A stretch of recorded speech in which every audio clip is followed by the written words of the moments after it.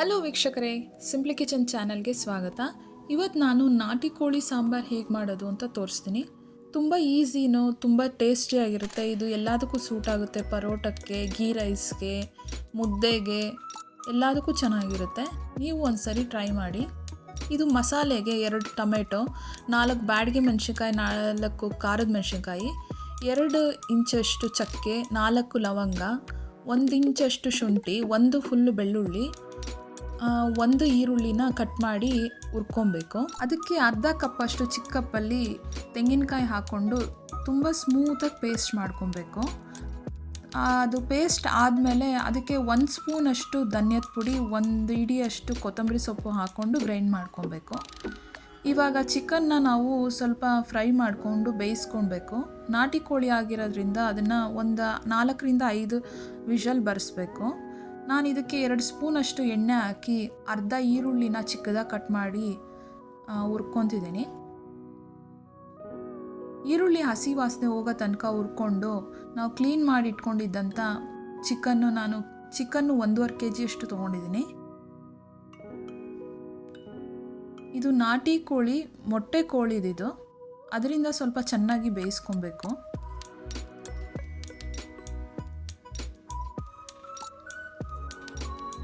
ಈ ಥರ ಅದು ಸ್ವಲ್ಪ ಚಿಕನ್ನಲ್ಲಿರೋ ನೀರೆಲ್ಲ ಅದು ಹೋಗೋ ತನಕ ನಾವು ಹೈ ಫ್ಲೇಮಲ್ಲೇ ಹುರ್ಕೊಬೇಕು.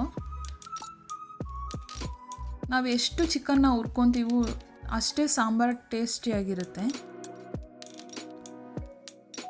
ಇಲ್ಲಾಂದರೆ ಹಸಿ ವಾಸನೆ ಥರ ಬಂದರೆ, ಚಿಕನ್ ಸ್ಮೆಲ್ ಬಂದರೆ ಚಿಕನ್ ಸಾಂಬಾರು ಚೆನ್ನಾಗಾಗಲ್ಲ. ಚಿಕನ್ನ ಮೊದಲು ಚೆನ್ನಾಗಿ ಹುರ್ಕೊಬೇಕು.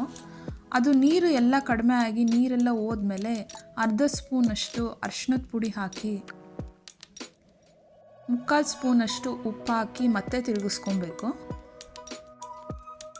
ಅದು ಅರಿಶಿಣದ ಪುಡಿ ಮತ್ತು ಉಪ್ಪಲ್ಲೇ ಮತ್ತೆ 5 ನಿಮಿಷದಷ್ಟು ಹುರ್ಕೊಂಡು ನೀರೆಲ್ಲ ಕಡಿಮೆ ಆಗಬೇಕು. ಉಪ್ಪು ಹಾಕ್ತಿದ್ದೀನಿ.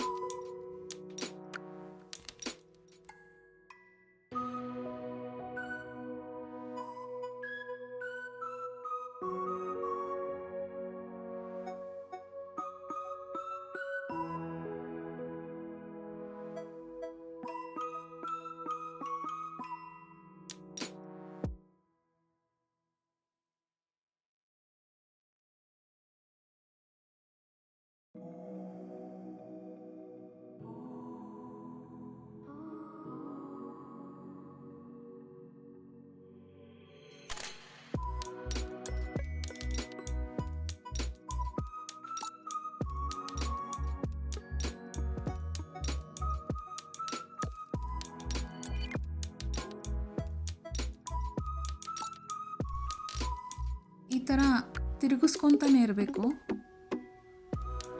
ಅದು ಉಪ್ಪೆಲ್ಲ ಹಿಡಿಬೇಕಂದ್ರೆ. ಈಗ ಅದು ನೀರೆಲ್ಲ ಕಡಿಮೆ ಆಗೋ ತನಕ ಮತ್ತೆ ಹುರ್ಕೊಬೇಕು.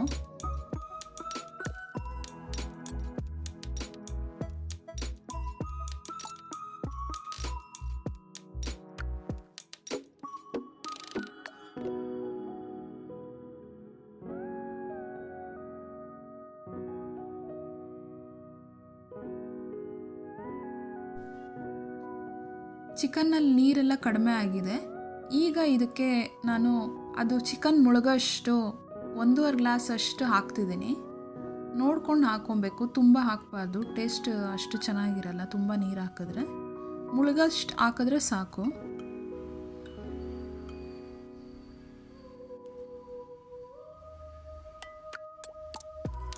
ನಾನು 1.5 ಗ್ಲಾಸ್ ಅಷ್ಟು ಹಾಕಿದ್ದೀನಿ.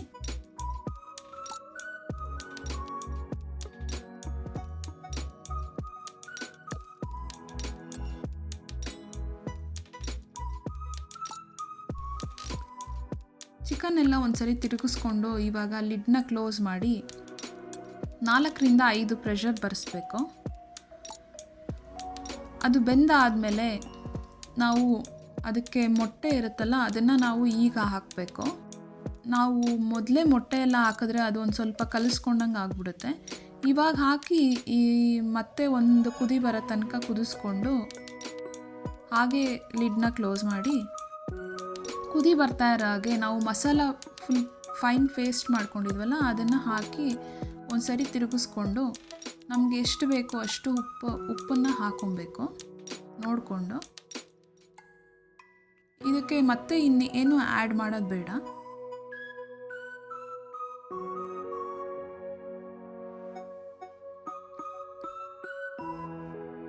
ತುಂಬ ಅದು ಇದು ಎಲ್ಲ ಗ್ರೈಂಡ್ ಮಾಡಿ ಹಾಕೋ ಬದಲು ಈ ಥರ ಈಸಿಯಾಗಿ ಚಿಕನ್ ಸಾಂಬಾರ್ ಟೇಸ್ಟಿಯಾಗಿ ಮಾಡ್ಕೊಬೋದು.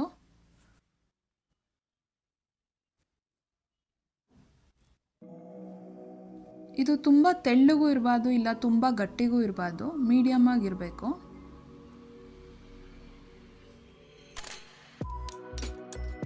ಒಂದು ಸಾರಿ ಕಲಿಸ್ಕೊಂಡು ಇವಾಗ ಕುದಿಯೋಕ್ಕೆ ಬಿಡಬೇಕು.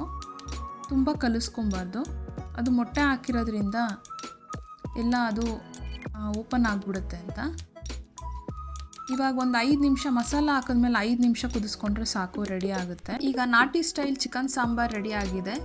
ಮುದ್ದೆ ಜೊತೆಗೆ ತುಂಬ ಚೆನ್ನಾಗಿರುತ್ತೆ, ಎಲ್ಲರಿಗೂ ಗೊತ್ತಿರೋ ಥರ. ನಾನು ತೋರಿಸಿರೋದು ನಿಮ್ಗೆ ಇಷ್ಟ ಆದರೆ ಲೈಕ್ ಮಾಡಿ, ಸಬ್ಸ್ಕ್ರೈಬ್ ಮಾಡಿ. Thank you for watching.